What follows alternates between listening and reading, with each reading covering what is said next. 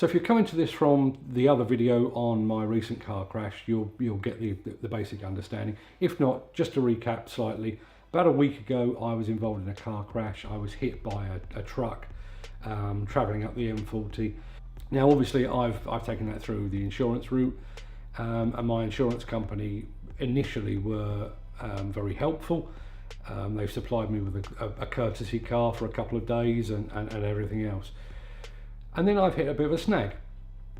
The first one was the fact that because the guy that hit me in the truck was Romanian, and the truck was Romanian and registered in Romania, and the company for whom he was working is in Romania, all of a sudden my insurance company seems to have taken the attitude that this is going to be quite difficult to pursue. And when I say quite difficult, like they're not willing to pursue it. Despite the fact that the driver admitted responsibility, accepted responsibility, filled in an accident report form while we were stood by the side of the road that detailed how he had hit me, my insurance company are now saying it could be what they're referring to as a fault claim. In other words, they can't prove that it was his fault or my fault, and therefore they're not going to pursue it.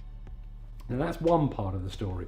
The second part is, because of that attitude or that approach, they have decided that my car is a write-off.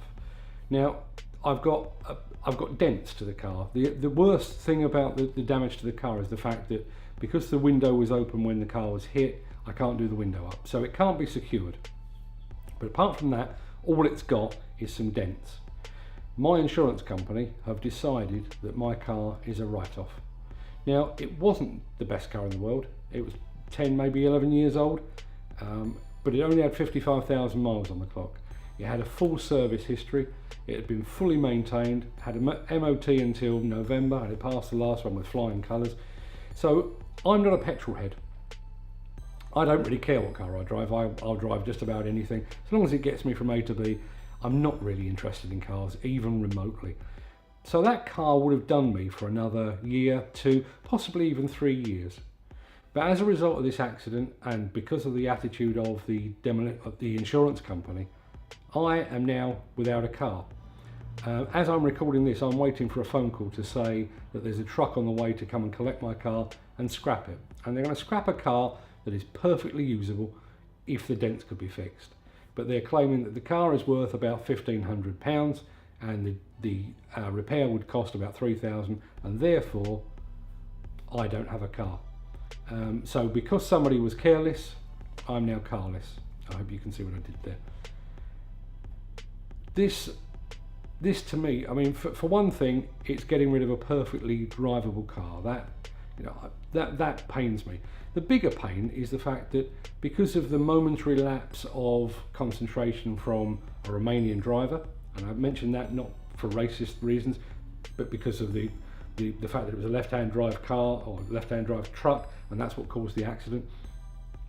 Because of his momentary lapse, and because of this attitude of the insurance company, I am now without wheels. So two things out of that. If you're a demolition company running vehicles on the road, which if you're a demolition company you are running vehicles on the road, and you're hit by an overseas driver, beware. It doesn't seem like the insurance companies are particularly willing or able to follow a claim through. And the second thing is, if you're a demolition company that's got a car or a van parked up, not doing anything at the moment, just collecting cobwebs and dust, and you'd like to exchange that car or vehicle for some free advertising on Demolition News or in the Demolition magazine, give me a call. You know where to find me. As I say, I'm not a petrol head. I don't really give a monkey's what I drive, but as it stands today, I'm without a vehicle. So if you can help, please give me a call, and thanks for watching.